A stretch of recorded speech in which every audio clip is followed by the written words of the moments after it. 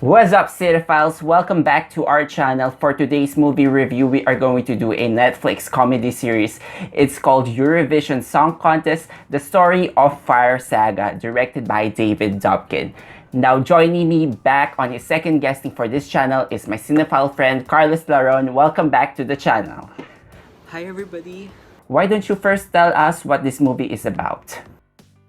Yeah, alright. This is about two aspiring singers from Iceland, namely Lars and Sigrid, both played by Will Ferrell and Rachel McAdams. So they are childhood friends.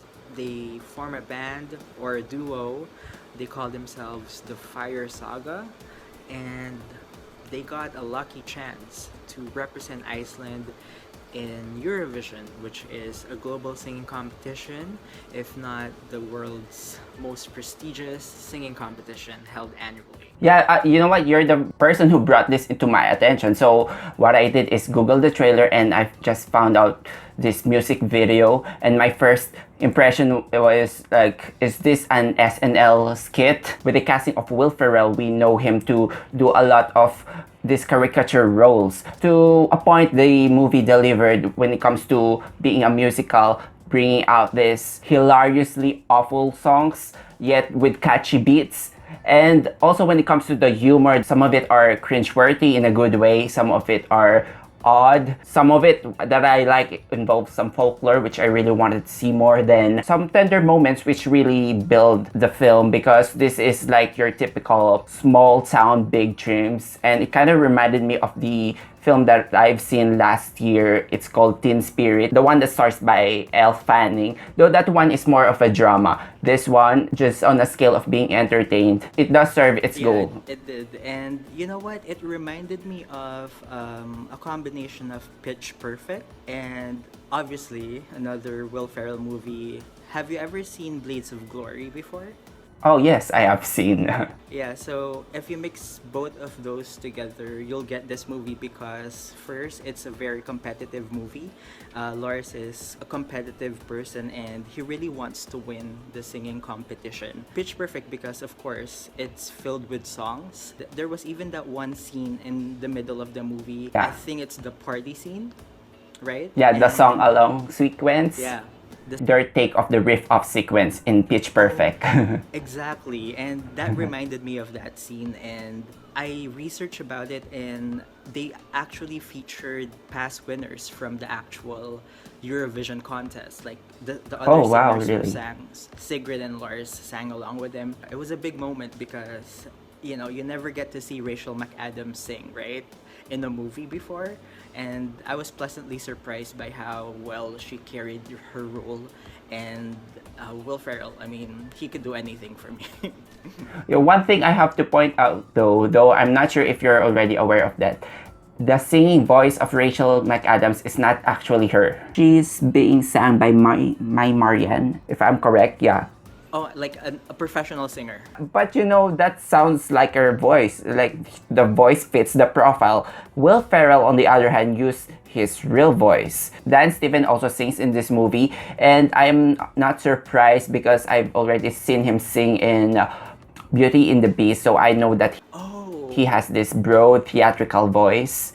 What I am surprised with this casting is we usually know him from Downton Abbey, playing this refined British young man. And in here, he's this outlandish, somewhat of an androgynous guy that he really chooses the scene that he's in without being over the top. Will Ferrell, as expected, he's really good at playing these characters, but I like that the movie didn't put him into an extreme impersonation. I can't really say in terms of their accents if they're doing well, because obviously I can't judge an Icelandic accent. Then also to complement, to put balance to his comical act, to his unhinged brand of comedy, there's Rachel McAdams in a more straight up role. What really got me to watch this movie is I have never seen Rachel McAdams in a Will Ferrell movie, basically. I've seen her in Game Night and Mean Girls, and that's among her movies that she did comedy. Sorry, I think though Rachel McAdams and Will Ferrell already starred in the same movie, though Will Ferrell is more of a minor character in Wedding Crashers. Oh my god, yes. Okay. correct. I stand correct. But it's the Okay. first time we see them act together in a scene. Yeah, that's for sure. Gotcha. All right, you're right when you said Rachel McAdams did balance off Will Ferrell's comedic timing because she had the more emotional moments. She had moments where she was crying and fighting for her dream. She was great there. I think she was a revelation. I would say that they did give the accents justice because I've heard people from Iceland, like I've met people from Iceland and they sound like them. On that part, I think they did a really good job. But I will tell you though, sometimes I would hear them go off their accents and just straight up speak the real American accent. So if you caught that too, you would know. Overall, I think, they did their best and A for effort. Let's go and discuss with the plot points. This is an underdog story. And what I felt like was lacking of the movie is I wanted to learn more about the father of Lars, played by Pierce Brosnan, why he seems to be unapproving of the dreams of his son. Then also, there's a will they won't they thing that's happening between Lars and Sigrid. We are given by a practical reason that members of the band should not be involved in a romantic relationship because, mixing love and career is a disaster. Had the film laid out more on those moments and maybe trim a little bit of the scene, particularly involving a party scene, that one is a bit tad long for me. And in the end, you're gonna feel it if it's going to deliver the cathartic moment that you need. So I felt lacking. I agree with you on some points because we never really got to see the relationship more between Pierce Brosnan's character, which is the father,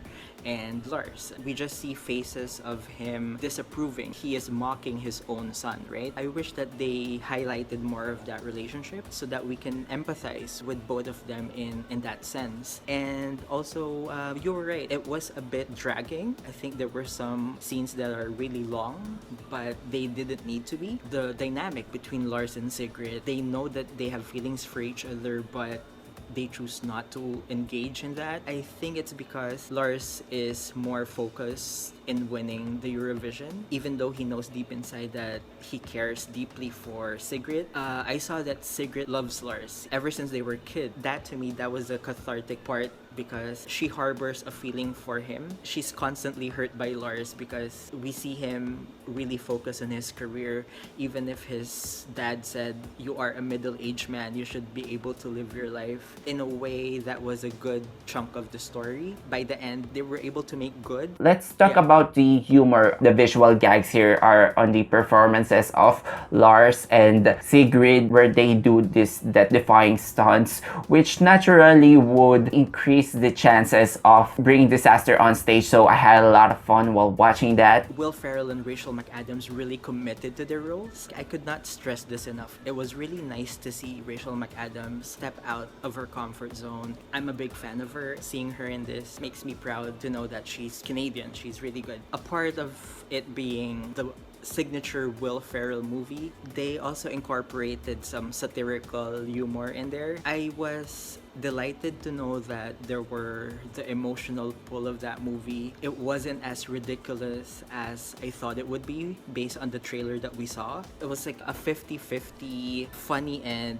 tender movie. It proved to be genuinely inspiring because the themes are universal. It's about following your dreams no matter what your age is. Having that hometown glory for your people. A lot of us can relate to that. Yeah, speaking of that hometown glory that you mentioned, I like that there's an element of pride because they are representing Iceland here. The beginning moments we got a slice of life just to get immersed by its culture because that's also the part of the appeal of the movie. I have to confess I've never seen a Eurovision before. After watching this movie, I might be inclined to watch a couple of Eurovisions. I've heard my friends, they were raving about it when I was still living in Toronto. A little trivia, it started in 1956, so now it's 64 years running, and this year due to COVID it's not gonna happen, but thanks to Netflix this is the closest we'll get to have a Eurovision contest. So Eurovision, this one strikes a right chord when it comes to mixing silliness and sincerity. Yeah, it does serve as a healthy distraction. I think this is the first musical comedy that we got this year. I kind of needed it.